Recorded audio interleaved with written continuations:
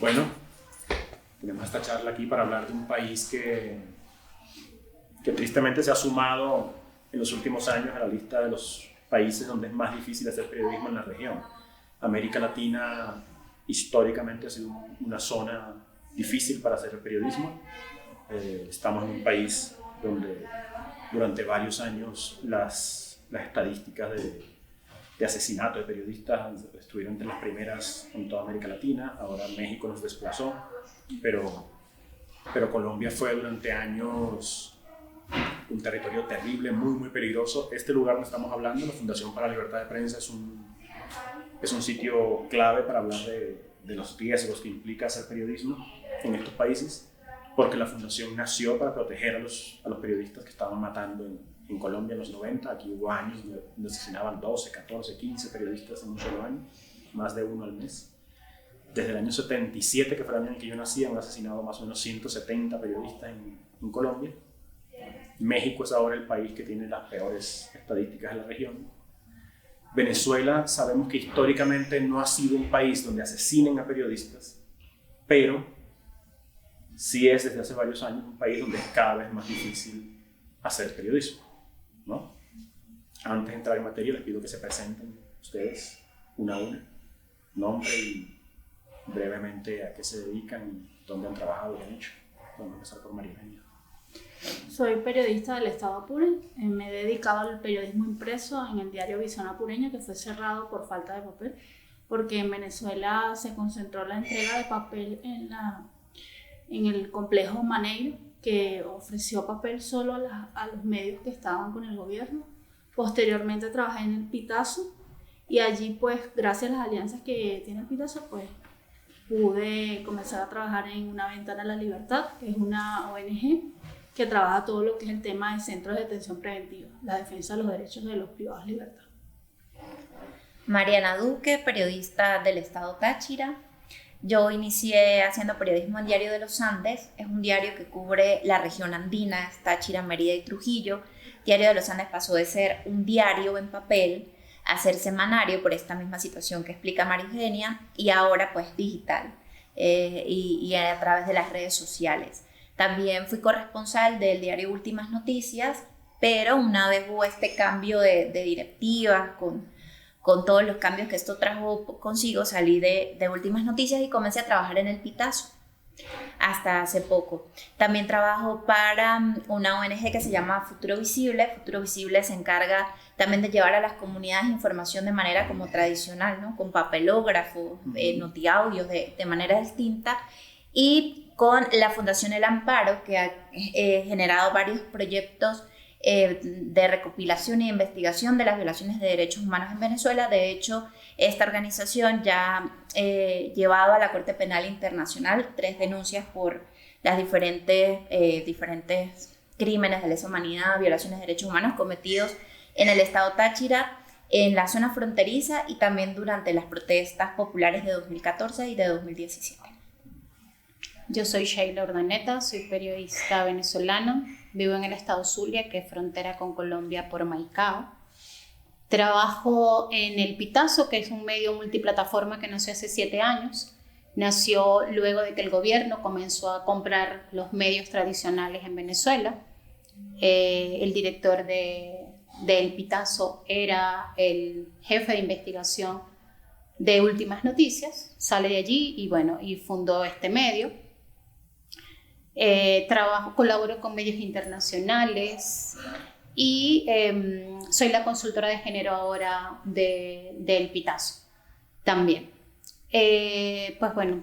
Por 21 años trabajé en un medio regional que también cerró, que ahora es digital, ahora es otra cosa, pero antes, hasta 2019 estuve allí, y también se quedó sin papel, justo porque el gobierno controló la entrega de papel para los medios impresos. Y como yo lo he dicho siempre, que el papel iba a desaparecer en el mundo. ¿Qué fue lo que pasó en Venezuela? Que fue obligado. O sea, que a propósito el gobierno decidió quitar el papel a los medios que le eran incómodos. Entonces no permitió el gobierno, justo por censura, que hubiesen medios que publicaran cosas con las que ellos no estaban de acuerdo. que ahí empezamos a tocar un tema que está relacionado con la primera pregunta que traigo aquí ya anotada. Efectivamente, Venezuela es un país que hasta ahora no ha construido, como Colombia o como México, una tradición de asesinato de periodistas. Sin embargo, hay censura, ¿no? Hay silenciamiento. ¿Cuáles son las estrategias, además de estas que ya has empezado a asomar, como el secuestro del papel o el uso del acceso al papel como un chantaje para los periodistas y medios que se portan bien o no se portan tan bien? ¿Cuáles son las estrategias estas más sofisticadas de silenciamiento y censura a las que ha recurrido el chavismo para callar periodistas y medios? Bueno, justamente en El Pitazo, que es este medio en el que trabajo, es un medio que está bloqueado en Venezuela. Así como El Pitazo, hay otros medios que también están bloqueados. De hecho, para poder leer El Pitazo en Venezuela hay que utilizar VPN, que es buscar esta vía, hacer otra ruta para burlar que estás en Venezuela para poder ver ese medio. Justo en este momento El Pitazo tiene una estrategia que tuvo que hacer porque en 3 oportunidades hubo un hackeo sofisticado del medio. En 3 oportunidades, justo después de publicación de investigaciones importantes para develar de lo que estaba ocurriendo en el poder. Recuerdo que en la primera tuvo que ver con que el sobrino de Cilia Flores, que es la esposa del presidente Nicolás Maduro, o del gobernante Nicolás Maduro, el sobrino de ella es el tesorero y es el que controla todo el dinero. Después de eso vino inmediatamente un bloqueo. Luego hubo una investigación en donde salieron a relucir hechos que involucraban a Diosdado Cabello, que es la segunda figura más importante de poder en Venezuela. Vuelve un segundo bloqueo y un tercer bloqueo. Y se da cuenta de que hay mucho dinero invertido porque son bloqueos sofisticados. No es un bloqueo cualquiera que va cualquier hacker o que te levanta o que te hace algo como, sino que se ha demostrado que se ha tenido que contratar gente que sabe lo que hace. Y entonces, bueno, esa digamos que es una, ¿no? Entre tantas. Y tú que hablabas de las cifras, justo yo estaba revisando unas cifras porque si bien no hay históricamente no han matado a un periodista por publicar o eso no está tan común como en otros países, cada 36 horas hay un ataque a un periodista, a un medio o a un trabajador de la prensa. María Eugenia, ¿has sufrido en Apure, donde realizas tu trabajo, acoso, persecución o amedrentamiento de parte del poder o de algunos otros poderes, ¿no? Corrupción, grupos armados, crimen organizado, etcétera, que busquen disuadirte de investigar o de publicar determinadas historias? Sí, de hecho, el visitar organismos de seguridad, por ejemplo el CONAS, hace pocos días lo visité y lamentablemente estaba pidiendo información y me dijeron, no, te quiero ver aquí, la próxima vez que vengas te detengo. Ese es el periodismo en Venezuela. Investigar es delito. Ser periodista es delito. Eso es lo que está ocurriendo en Venezuela y Apure no escapa de esa realidad. No he recibido amenazas de grupos armados, pero siempre el gobierno, por ejemplo en la gestión pasada, nunca ofreció una rueda de prensa. Él decía que no, que era lo que el mensaje que enviaba a través del grupo de prensa de la gobernación. Y si íbamos a una pauta, nunca nos dejaba preguntar. Porque solo se decía lo que él quería que se escuchara. ¿Y qué estrategias han desarrollado tú y tus colegas en Apure como para sobrevivir en ese ambiente tan hostil? Y a pesar de las amenazas y de la posible, no sé, de sufrir prisión, por ejemplo, solo por hacer periodismo, ¿cómo han logrado ustedes más o menos adaptarse y sobrevivir a ese desafío y seguir haciendo periodismo? De distintas maneras, valiéndonos de distintas fuentes, confirmando la información. Ha pasado que las personas dicen, no me nombre, por lo general eso pasa y uno siempre está sometido a riesgo, sin embargo uno enfrenta la realidad porque uno sabe que tiene la verdad. Hay mucho miedo en las fuentes. Sí, hay mucho miedo en la población porque Apure es un estado que es rural prácticamente y se mantiene la población de lo que el gobierno pues les pueda proveer. O sea, las fuentes de empleo son muy pocas, se vive solo del contrabando, de actividades ilícitas, sobre todo en las zonas rurales, y hay mucho miedo en la población. Me dicen, no me nombre. Sin embargo, uno, cuando tiene la verdad, uno va hacia adelante y lleva su investigación. Mariana, tocaste un tema cuando estabas hablando de tu trabajo. Estrategia de censura, no sé si inédita, pero es poco común, y en Venezuela ocurrió en dos grandes casos, dos grandes medios tradicionales que cambiaron de manos, de dueños. Y es esta estrategia a través de la cual capitales oscuros, que todavía no sabemos cuáles son y cuál es el origen de esos fondos, accedieron a grandes cantidades de dinero y compraron los periódicos que eran incómodos, ¿no? Entonces, aparentemente la estrategia es, bueno, yo voy a dejarme de delicadeces y no voy a estar amenazando periodistas, o sencillamente voy a reunir aquí dinero que tengo suficiente y voy a comprar el periódico completo y lo pongo a mi servicio. Ustedes, los periodistas vinculados a Últimas Noticias y a la cadena Capriles, que cambió de dueño el grupo, Sí. ¿cómo cómo vivieron esa transición? Fue difícil. Yo era corresponsal y tal vez me afectó menos en un principio, pero por supuesto que a quienes hacían periodismo de investigación fue más fuerte, como es el caso de César Batiz, que es el director del Pitazo. Pero, por ejemplo, en mi caso, en ese momento que hay este cambio, estaba un gobernador en el Táchira de gobierno del Partido Socialista Unido de Venezuela, que es José Gregorio Vielma Mora. Y ya anteriormente, el Pitazo, por ejemplo, los fines de semana sacábamos trabajos de investigación, siempre, Últimas Noticias, sacábamos trabajos de investigación, entre semana todo tenía que ver con el periodismo que concebimos, ¿no? Que es contar lo que no quiere el poderoso. Y a raíz de allí, ya ellos solo querían publicaciones que tuvieran que ver con Vielma Mora. O sea, ya no había más, ya no habían estos trabajos de los fines de semana que eran de investigación, ya no se podían publicar notas. Yo las enviaba, pero no salían jamás. Si pasaba algo en un hospital, que la situación hospitalaria de nuestro país es terrible, bueno, nada, no salía, simplemente no salía. Salía era cualquier situación propagandística, literalmente propagandista, de Vielma Mora. Y bueno, yo estando en esa situación que ya vi que no podía hacer periodismo, porque eso no es periodismo, entonces salí de Últimas Noticias porque ya no lo concebía. De hecho, yo sí tuve una situación personal de amenaza con Vielma Mora, y lo tuve hasta que denunciar en fiscalía, porque tuve amenazas de muerte contra mis padres, solo exclusivamente por hacer preguntas periodísticas en las ruedas de prensa.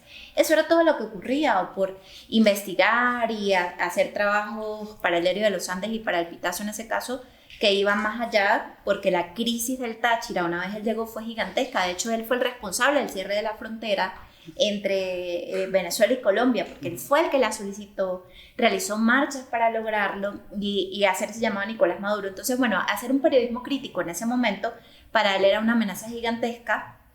Y bueno, a mí me ocurrió eso. Y ya en Últimas Noticias, tener que solo enviar notas de José Gregorio Vielma Mora y no de la realidad que tenía el Estado, pues fue muy complejo y terminé saliendo de Últimas. Sheila, tú empezaste a hacer periodismo en el Zulia, en Maracaibo, en una época en la que definitivamente el ambiente no era tan hostil como es hoy. ¿Cómo ha cambiado tu manera de hacer reportería y de buscar las historias y de contarlas en la medida en que ha ido cambiando también la atmósfera ahí alrededor? Hay como dos etapas. Una etapa en la que la gente quería que se supiera todo lo que estaba pasando, una vez que el chavismo... Históricamente el Zulia había tenido gobierno de oposición, siempre, pero luego pierde un gobernante de oposición y gana el compañero de Hugo Chávez en la intentona golpista de ese 4F, Arias Cárdenas. A partir de allí comienza la gente a sembrarse el miedo a declarar, el miedo a contarte, pero todavía no era tan delicado como lo fue en este gobierno inmediatamente pasado. En ese tiempo de Arias Cárdenas la gente quería contar, quería que se supieran cosas, pero allí comenzó a gestarse lo que yo le digo, dicen las fuentes. Porque nadie quiere en Venezuela, y es que puede pasar no solo en Apure, no solo en Táchira, pasa en todo el país. Es súper complicado tener una fuente que te dígalo con mi nombre y apellido, porque todo el mundo está en riesgo. Estás en riesgo a perder el trabajo, están en riesgo a perder algún beneficio, bono o lo que sea que haga el gobierno, están en riesgo de ser detenidos, incluso están en riesgo de que los maten. Entonces nos toca a los periodistas estar, el poder verificar y reconfirmar se hace mucho más cuesta arriba. Entonces eso que te dice él, que te dice que por favor no lo nombres, tienes que al menos confirmarlo, o por lo menos es lo que yo hago, seguramente lo hacen ellas también, buscar 2 o 3 personas que también te lo digan y que tampoco quede en evidencia que fue él, porque además está muy fácil son tan fáciles de identificar. Entonces está eso. ¿Qué es lo otro? Por lo menos qué es lo que hemos hecho en el Pitazo. Se han formado red de infociudadanos. Es decir, hay 1.038 personas formadas como infociudadanos que hacen denuncias desde sus comunidades porque quieren porque otra cosa es que no hay gasolina, no tienes acceso a servicios públicos, no tienes electricidad. Entonces eso de moverte también se le complica al periodista, se nos complica para hacer reportería, y entonces estamos los periodistas como apoyándonos en ellos. Ellos nos envían cosas, saben cómo grabar los videos, que los graban en horizontal. Ya luego le toca a uno como periodista solo ir allá a verificar, a reconfirmar, a confirmar, a que luego te lo cuenten también ellos desde allá. Pero se han convertido, y sobre todo en pandemia, en un apoyo. Porque no solamente los periodistas en Venezuela estamos expuestos. Antes, y volviendo para ir como en un flashback, antes podíamos movernos en carro fácilmente, ir a un montón de sitios, buscar cosas, pero ahora nosotros estamos como los ciudadanos comunes, tenemos que ir a pie porque no hay gasolina, o nos tenemos que de repente cuadrar con algún colega y decirle, bueno, acompáñame a tal sitio porque ya no puedo ir sola, porque además corres peligros, porque el tema del crimen organizado se ha sembrado tanto, y el que los funcionarios públicos y los mismos cuerpos de seguridad estén minados no solamente con grupos criminales, sino también con irregulares. De hecho, el tema de la frontera para todos, hay momentos en que tú no sabes con quién estás hablando, ni de qué lado estás.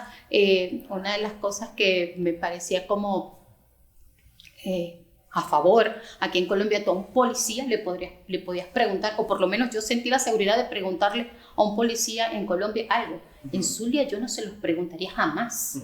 Jamás, no me acercaría. Ni una dirección. Ni nada, ni siquiera una dirección, porque son capaces de perseguirte, de lo que sea, de verte los zapatos, de verte el teléfono. En Venezuela, los periodistas que ahora por el tema del multimedia, pues vas con tu teléfono y puedes grabar un video, qué sé yo. Todo es un temor, no sabes si quién saca el teléfono, el otro compañero cuida. Estamos tan en zozobra, tan pisando minado, tierra minada, para hacer reportería y hacer trabajo. Y es como una desconfianza. El periodista desconfía de todos y de todos, debería desconfiar de todos, pero esto es una desconfianza como extrema. Lo de los infociudadanos es una respuesta a la desinformación, al miedo, a la censura, a la autocensura, que ustedes, una estrategia que ustedes encontraron y que inventaron, ¿no? Digamos, de tener una red de pseudo corresponsales que les proveen información. Claro, primero porque como es tan difícil tener acceso a ciertos sitios o a ciertos lugares, o a lugares donde el chavismo, a través de consejos comunales o de lo que llaman VC, o de todas las cosas que ellos se inventan para tener ese muro de contención que no te permitan que entren ni periodistas, ni ciudadanos, ni nadie que vaya en contra de ellos. Entonces está esta gente que está allá adentro, que también quiere denunciar sus cosas, y entonces que las padece, exactamente. Entonces, bueno, te envían algún video, una denuncia, y ya luego te toca que ellos te acompañen a entrar a su territorio, a ese territorio que es peligroso para cualquiera que no sea de la zona de allí, pero que ellos terminan defendiéndote y terminan llevándote como si te llevaran como protegido, y tú vas en el medio porque tienes que ir a reconfirmar, porque si no, claro, no es tan fácil. Y esa ha sido la forma de hacer reportería en muchos lugares. En muchos lugares, sí. En estados, en comunidades, en cualquier lugar. Bueno, te digo, en el Pitazo se han formado 1038 personas. 1038 personas. Y en pandemia, a través de los forochats que se hacen con estos mismos infociudadanos, ellos mismos piden saber de cosas, porque no pueden prender la televisión y ver noticias, porque todo está controlado. Solo puedes ver BTV, que es el canal debería ser el canal de todos los venezolanos, pero es el canal de propaganda política. Entonces, la única manera, y además no todo el mundo en Venezuela tiene acceso a un teléfono inteligente. Bueno, hay un grupo que sí, pero hay otros tantos que no tienen acceso. Entonces, no tienen ni idea de cómo se enteran de nada, porque a veces ni siquiera la radio. Que en un tiempo Fe y Alegría, bueno, Fe y Alegría sigue siendo como ese monstruo de difusión, pero es súper complicado enterarte de lo que pasa o verificar qué es lo que está pasando. Pues sí, estaba pensando que el desastre de la situación nacional ha producido nuevos obstáculos que tienen que enfrentar la ciudadanía y los periodistas para hacer su trabajo. Digamos, si no hay gasolina, no puedes ir a determinado lugar a conocer la historia. Pero también hay problemas con la tecnología, ¿no? Le decías hace minutos que no es estable, no es confiable el acceso a Internet, y cualquier reportero tiene que contar con 2, 3 o 4 módems de distintos proveedores y ver si este funciona hoy, si no funciona me voy con este y con este y con este, y siempre está dependiendo de que la infraestructura y las herramientas que necesitas para acceder a las historias efectivamente te permita llegar a ellas. Sí, de hecho podemos pasar hasta 3 horas subiendo un video de bajo porcentaje de memoria. O sea, es fatal, el sistema de internet es súper lento, tenemos que conectarnos en todas las redes, salimos de una, entramos en otra. O sea, es bastante agobiante. Y el tema de los cortes eléctricos que ocurren en Zulia, en Táchira, en Apure en menor medida, pero sí ocurren. Claro, no poder cargar la batería del teléfono, no poder saber si la gasolina que tienes en el carro te va a alcanzar para llegar a tal lugar y volver a escribir la historia. Sí, es una incertidumbre total y que hay que planificarse. Planificas hoy, pero entonces el día de mañana te cambia todo porque se te va la luz, se te va el internet. O sea, hay que tener bastante planificación porque si no, y paciencia. Es terrible. Y se traduce al final en censura. Eso es la dificultad para contar la historia. Por ejemplo, cuando fue el apagón de 2019, en el Pitazo que hacíamos, le informamos a los que estaban en Caracas que fueron a un sitio específico donde podían transmitir a través de mensajes de texto, cuando lograban salir los mensajes de texto, claro está, ¿no? Y así muchas veces ocurre cuando intentamos hacer algo. Por ejemplo, ahorita en Táchira, en este momento, están quitando la electricidad 12 horas continuas. Se van todos los días. Y se va la luz y puede que la vuelvan a quitar. Esas 12 horas y puede que la vuelvan a quitar en la madrugada otra vez. Y esto implica que cuando son 2 horas de trabajo, por ejemplo, si se va la electricidad, se va todo tipo de señal. O sea, no hay señal telefónica, no hay no sé qué. Y es cuando empieza el Vía Crucis, porque entonces pudieras tener batería, un power bank que te ayude o el carro. Y escribes la nota al teléfono. Ay, ¿y cómo la envío? Entonces, a empezar a dar vueltas por el planeta, a ver dónde de repente hay una conexión, casi que el cuento de que me subí a una montaña, y así. Para poder entonces que esa información salga y que no se pierda, porque hay informaciones que pierden la vigencia o que de verdad es importante que salgan, y nos encontramos con eso, que a la final se traduce por supuesto en censura. Sí, es que antes los periodistas contábamos las cosas que les pasaban a otros, pero esto que ahora contamos que les pasan a otros también nos pasan a nosotros, también nos pasan, porque tampoco tengo luz, tampoco tengo gasolina, tampoco tengo agua. También paso días en que, no sé, voy llevando la comida de mi casa y la llevo a la casa de una amiga que sé que para compartirnos el tema de las horas, si yo voy a estar 6 horas, me llevo esto que se puede dañar para allá, y luego ella entonces trae para la zona de mi casa. Entonces, todo se te complica, todo se te vuelve tan cuesta arriba, porque esas cotidianidades también te restan tiempo para dedicarte, para trabajar, para hacer. Y lo que dices es cierto. O sea, por ejemplo, yo tengo 2 opciones para comunicarme, y la tercera es moverme de allí. Porque a veces se va la luz en este sector, pero no sé,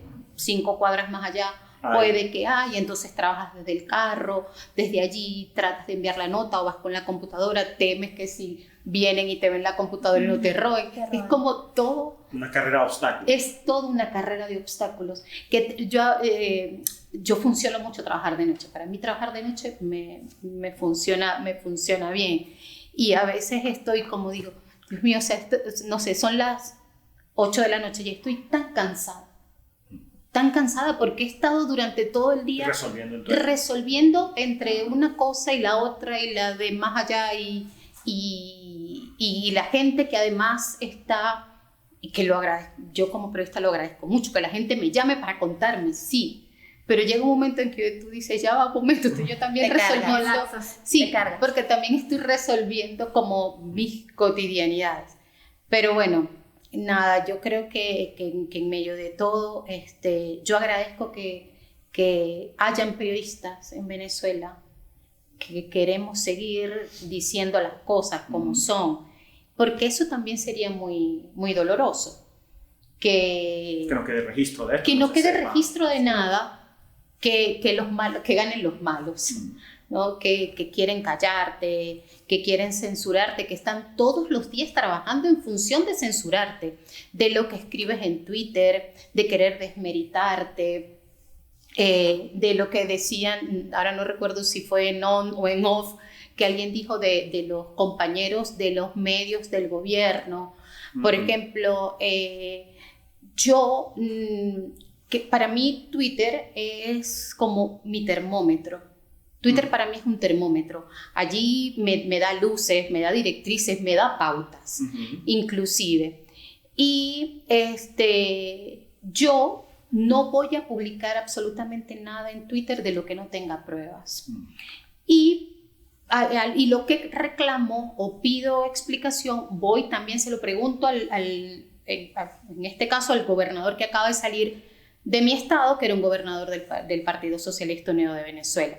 Y justo cuando yo iba a sus ruedas de prensa, que no es que no invitan a nadie, pero igual si van ellos, pues yo también soy periodista como los demás, y iba y me sentaba allí. Y entonces estaban todos diciéndole a él que no respondiera a mis preguntas porque yo era el enemigo. Exacto, que yo no era la que... yo no iba a decir lo que él quería contar. Y bueno, y el hombre sí terminaba diciéndome las cosas porque decía, bueno, ella tiene las pruebas, algo así dijo en una última oportunidad que el periodista de BTV me dijo tantas cosas, pero yo ni siquiera hice conexión visual con él porque no le iba a dar beligerancia. Pero pasa eso, entonces claro, todo eso te va desgastando. En las amenazas, o que te escriban, o que te digan ten cuidado, eso porque te quieren te quieren como quebrar, quieren quebrarte, es eso. ¿Cuáles son, María Eugenia, en Apure, los grandes temas silenciados? ¿Cuál es la lista de los 2 o 3 o 5 grandes temas silenciados en tu región? Delincuencia organizada. Tú le preguntas a los encargados de la seguridad y nunca te dan un dato de delincuencia organizada. Nunca hay información. Y está pasando de todo. Hay contrabando, hay de todo. Tráfico, hay... Pero nunca hay información oficial. En Apure no hay acceso a la información pública. Solo algunos entes son los que ofrecen información. Pero cuando es de delincuencia organizada no se habla. Cuando son denuncias de detenciones de temas de carteles, tampoco se sabe nada. Las cosas que pasan o los hechos que ocurren en los centros de detención, eso hay que buscar con pinza, buscar a los familiares, a algunos funcionarios que ayudan. Inclusive he sido objeto de extorsión por temas de información. Me dicen, no, eso vale tanto, así te dicen, crudamente, porque en un centro de detención todo vale. Todo tiene un precio. Hasta estar allí detenido vale. Entonces es bastante delicado. Por ejemplo, el tema del contrabando, el narcotráfico. Pues en realidad los gobernantes que han pasado por allí siempre se han encargado de no darle acceso a la prensa. Tenemos un nuevo gobernador que ha llamado a ruedas de prensa, sí ha habido apertura, un poco más de apertura, sin embargo estamos a la espera porque él está empezando su gestión. ¿Y en Táchira, Mariana?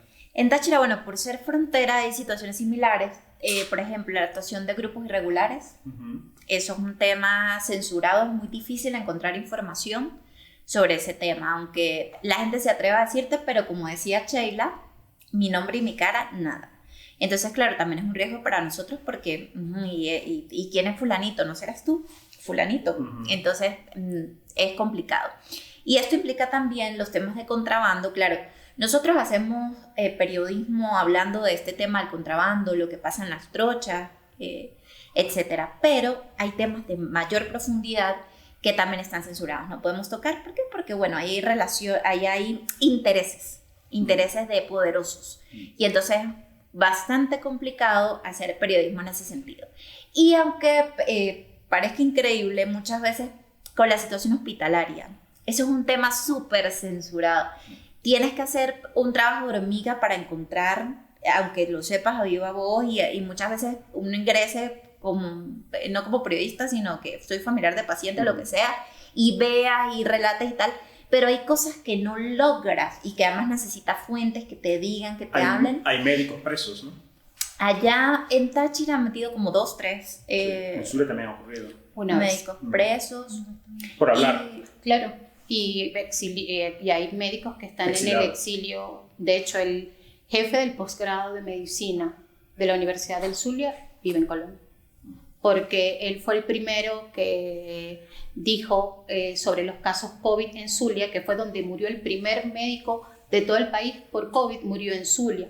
Y él lo dijo, y una amenaza en una rueda de prensa. Le dijeron a la gente del servicio de inteligencia que fuera a buscarlo a su casa. Mientras hablaba el gobernador, en ese tiempo era Omar Preto. Y eso hizo que se llama Freddy Pachano, que el doctor Pachano saliera del país inmediatamente. Ahora vive en Medellín, creo. En Táchira, la directiva de la Corporación de Salud de la gobernadora saliente, que es Lady Gómez, estuvo detenida 45 días en investigación, porque sí, o sea, ya salieron, no hubo un resultado de ellos negativo ni régimen de presentación, pero por ser de oposición, tal vez, y ellos de hecho en un principio con lo del tema COVID comenzaron a dar información y luego se recogieron, porque imagino que les jalaron las orejas o lo que sea, y uno va al hospital y ya la información era muy limitada. De hecho, la censura también se sentía hasta entre ellos mismos, porque no sabemos qué pasaba a lo interno o qué les decían a ellos, pero a mí me ocurrió una oportunidad que hice una nota para el Pitazo sobre la acumulación de los desechos de COVID. Ya tenían no sé cuántos meses, como 8 meses acumulados, y bueno, los trabajadores me denunciaron el miedo que tenían, además que no contaban con todos los implementos. Y cuando llamo al director de la Corporación de Salud para que me diera como la contraparte, la respuesta de él fue: si tú vuelves a entrevistar a alguien del hospital, yo a ese trabajador le voy a abrir un procedimiento administrativo. Entonces, bueno, censurada yo y censurado también el que se atreviera a hablar, y de hecho sí abrieron procedimiento administrativo a esa persona. ¿Qué protocolos han creado ustedes o han creado los medios para los que trabajan para protegerse ustedes mismas mientras hacen periodismo y proteger a las fuentes? Bueno, yo me encomiendo a Dios y a la Virgen, porque igual hacer periodismo, sube fe, porque igual hacer periodismo es complicado, o sea, me encomiendo a Dios y a la Virgen, pero hay en casos en los que me autocensuro, si no tengo las pruebas exactas, como un papel en la mano, una cosa, porque así me lo digan, me da... O sea, siento que en cualquier momento pueden decir: te voy a denunciar por difamación e injuria. De hecho, a mí me pasó con un grupo de colegas, como 4 o 5, cuando lo del joven Rufo Chacón, que fue el que en una protesta perdió los ojos porque le dispararon en el rostro. A nosotras nos llevaron a fiscalía. Nosotros, como decía María hace rato, han proliferado varias formas de hacer periodismo, y las cuentas de Instagram informativas ha sido una de ellas, y en Táchira hay varias. Y nosotros le dimos cobertura a eso a todos los medios, pero a través como de las cuentas de Instagram fue cuando como más rodó la información. Y a nosotros, por publicaciones que tenían que ver con el tema Rufo, nos iban a llevar a fiscalía. De hecho, uno de esos medios de plataforma de Instagram fue llevado a fiscalía, y supuestamente veníamos fulanita, sultanita, no sé qué, toda una red de diputados del Consejo Legislativo del Partido Socialista Unido de Venezuela. Lo mandaron a investigarnos, publicaron los nombres y demás. Eso fue terror. O sea, yo sentí el terror más grande de mi vida. Yo ya me veía con el cosito de rayas, así como en las películas, el traje de rayas. ¿Cómo me voy a ir? O sea, ¿qué voy a hacer? De verdad. Entonces, cualquier cosa es un riesgo. Todo implica un riesgo. Hacer periodismo, cuentas lo que cuentas, es un riesgo. Entonces, primero me encomiendo a Dios y a la Virgen. Primero. Segundo, Sheila hablaba del Twitter. Yo ya no uso el Twitter para opinar, decir que me parece qué o cuál. netamente informativo y eso, que pase algo que casi que publico la foto y porque además en Venezuela, ciudadanos que no son periodistas, ciudadanos comunes y corrientes, han ido detenidos durante bastante tiempo solo por opinar, por un tuit, por lo que sea. O sea, todo es un riesgo, todo es un riesgo. Entonces, eso, Dios y la Virgen primero, y tomar ciertas medidas. Bueno, no opinar en tus redes sociales, así sea un derecho, pero sabes que no se están respetando los derechos y no hay opción. Y a las fuentes, bueno, hay fuentes que son súper atrevidas y dicen, sí, mi nombre, mi apellido, mi cara, mi cédula, lo que tú quieras. Y hay fuentes que ocurren casos como Sheila, bueno, voy a buscar varios para protegerlo y que no se sepa que fue él. Hay casos donde no tienes opción, como me pasó con lo del hospital y inocentemente lo vendí, pero él declaró hasta en video y demás. Hay casos en los que no proteges. Y quiero hacer aquí como un paréntesis en que esos casos de censura no ocurren solamente con poderosos del lado del gobierno, porque muchas veces se cree que es solamente la gente del partido de gobierno la que censura a los periodistas, o la que censura a sus trabajadores, o la que no. Allá ocurre también cuando la oposición llega al poder. No vamos a decir que son todos, pero sí ha ocurrido muchos casos en los que a mí particularmente hace años me ocurrió que porque una diputada de la oposición negó unas declaraciones que me dio, aunque me salvó que tenía el audio y demás. Bueno, me imputaron en fiscalía por difamación e injuria y ella las negó, las declaraciones. Y así ha pasado con muchos, censuran, ocurrió lo del cuerpo salud, cosas así. O sea, igual ellos usan las mismas prácticas, pero digamos que de manera agazapada. En mi caso,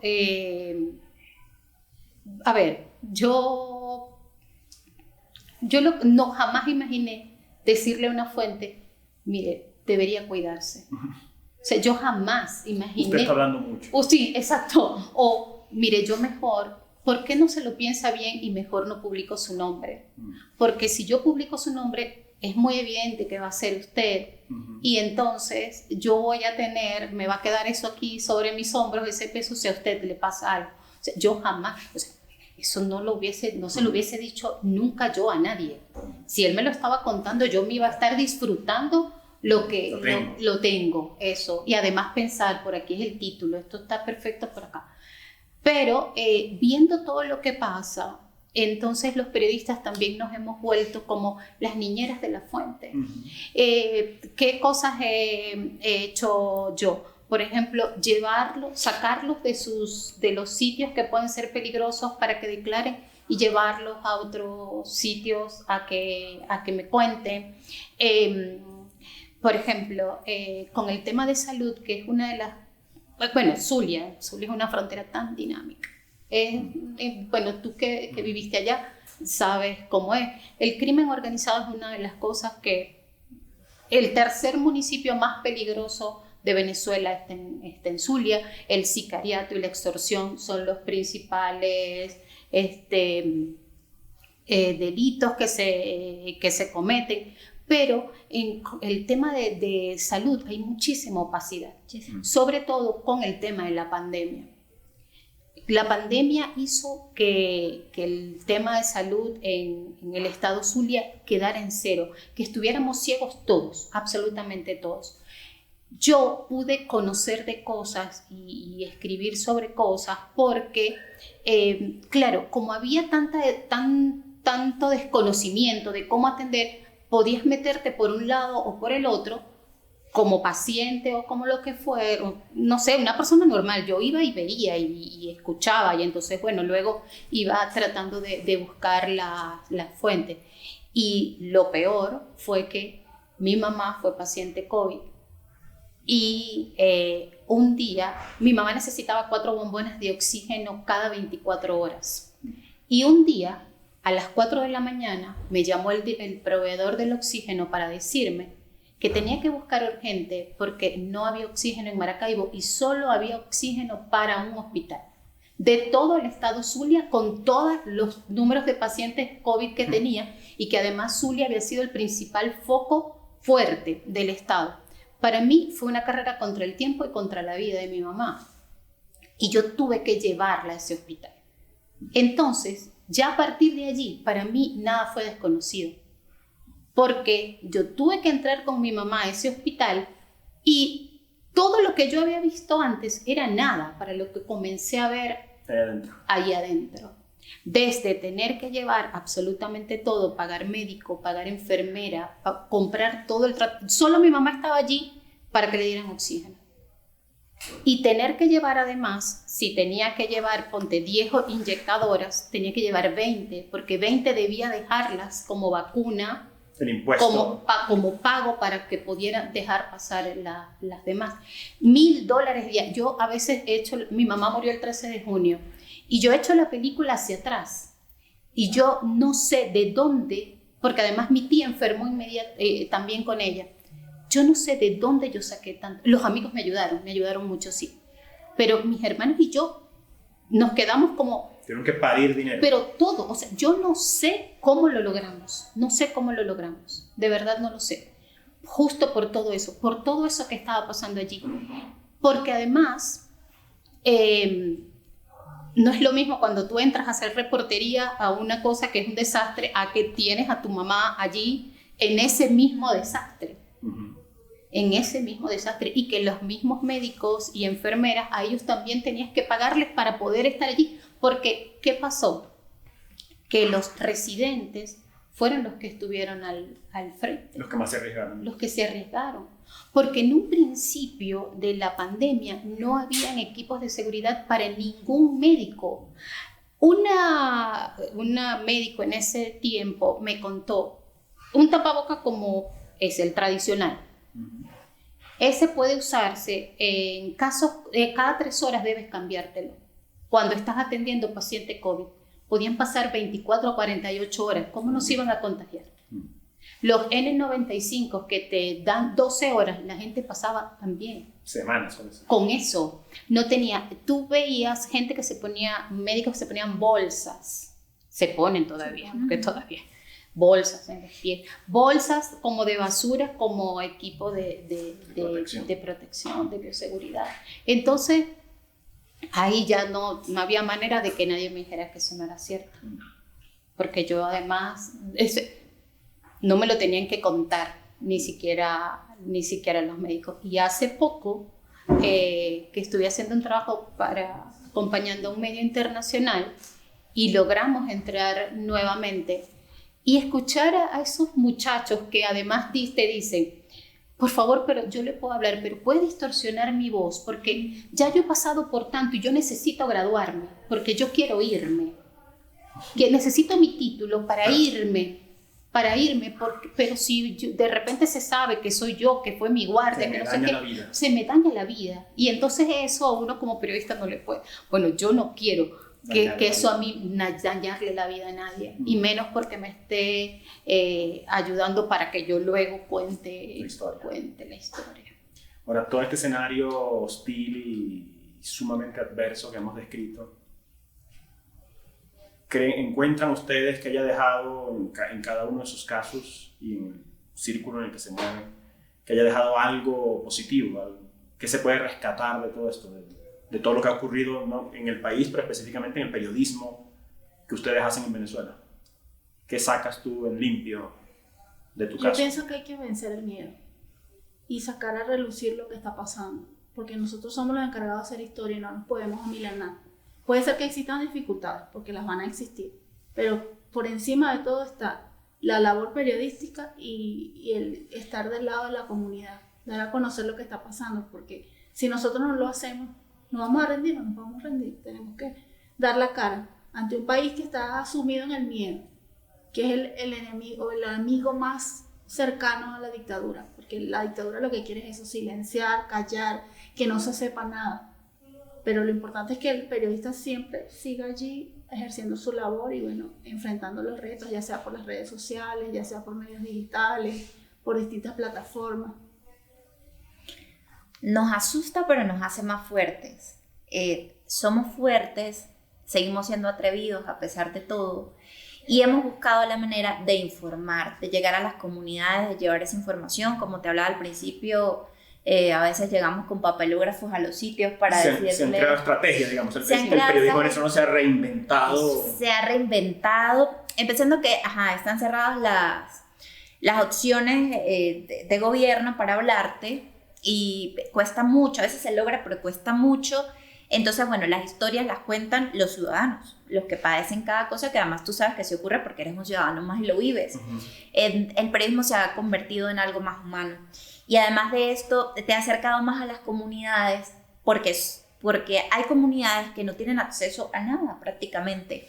Y entonces, bueno, con ese eje que te hablaba, Futuro Visible, por ejemplo, hemos llegado con papelógrafos informando. Yo recuerdo cuando inició todo lo del COVID, cómo cuidarte ante el tema COVID, qué hacer, cosas así. Se llegan con notiaudios, por ejemplo, los notiaudios del Pitazo, que informan más o menos un resumen de lo que ocurre en todas las regiones. Entonces tú llegas directamente y les informas, les dices, con videos de medios aliados, donde vas mostrando lo que ocurre. Yo di una vez un taller de infociudadanía en el municipio de Torbes, es el municipio más pobre del Táchira y el tercero más pobre del país. Increíblemente, la comunidad de Torbes era como la más activa de todos los talleres de infociudadanía que yo había dado, porque ellos viven tantas cosas terribles que están interesados en que se sepa, en que se conozca. Entonces, bueno, el periodismo ha tenido todas esas alternativas. Y te voy a contar de una situación que no es periodística, pero que nos unió como periodistas, en vista de que se van tantos médicos del país, en vista de que se necesita que en las áreas COVID esté alguien atendiendo, así sean muy poquitos. Nosotros nos unimos y creamos un grupo de WhatsApp, literalmente, y le pusimos el nombre de Juntos Salvemos un Héroe. ¿Y qué hacemos? Todas las semanas llevamos comida a las áreas COVID, de atención COVID, del Hospital Central de San Cristóbal, pero específicamente a médicos, enfermeras, camilleros, no sé qué. Y esto es como una manera que como periodistas y algunos miembros de la sociedad civil que se interesaron en esta iniciativa, buscamos como hacer algo también por el país en el que estamos y la situación que vemos, ¿no? No es un tema que lo reflejamos, sí lo reflejamos como periodistas cuando lo contamos, pero quisimos ir también un poquito más allá y estamos dejando eso. Entonces, a lo que voy es que aparte de que nos atrevemos a contar de otras maneras el periodismo y de llegar a las comunidades de otra forma, pues muchas veces los periodistas también formamos parte. No es una solución porque no está solucionando nada, pero por lo menos como de apoyar, porque además tú no sabes cuándo vas a estar ahí en ese hospital también, como lo decía Sheila. Sí, yo creo que es eso, la palabra es que el periodismo se ha reinventado. También los periodistas nos hemos convertido también en estadistas, nos hemos convertido en un montón de cosas, porque Venezuela, que no tiene acceso a información pública, entonces nos toca a nosotros tener nuestros propios registros, llevar nuestras propias estadísticas, tener nuestras propias cuentas, hacer también que la gente no pierda la fe o el interés en estar informado, en que sienta que todavía hay gente que le va a contar a ellos lo que a ellos les pasa, o que vamos a tratar de visibilizar a los invisibles. Creo que esa frase es del maestro Salcedo Ramos, visibilizar a los invisibles, y creo que eso no se ha perdido. El hecho de que si te cierran la puerta, te metes por la ventana, de buscar todas las opciones.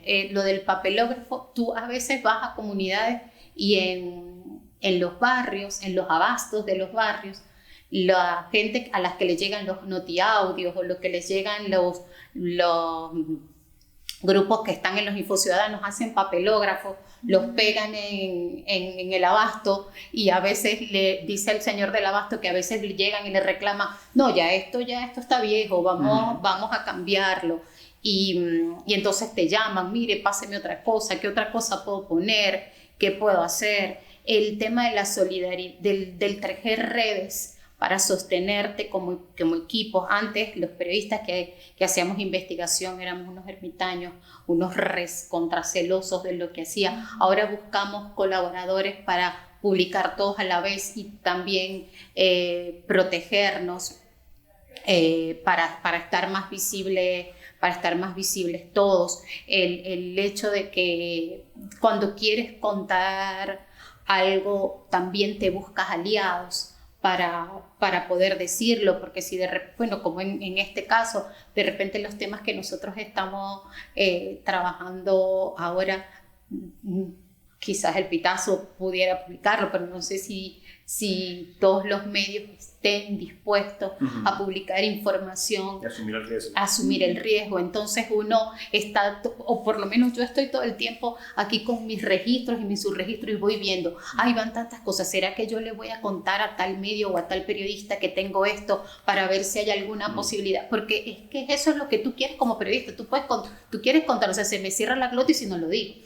Entonces, vas como reinventándote, vas buscándote todas las opciones. Y una de las cosas que agradezco es la posibilidad del periodismo colaborativo, que en otras oportunidades, o por lo menos cuando yo comencé a hacer periodismo, no existía. Y ahora ha sido para mí una salvación como profesional para seguir haciendo lo que me gusta, porque una de las cosas que yo más le agradezco a la vida es que yo hago periodismo y me pagan. O sea, es lo que más, después de ser mamá, lo que más me gusta en la vida es ser periodista.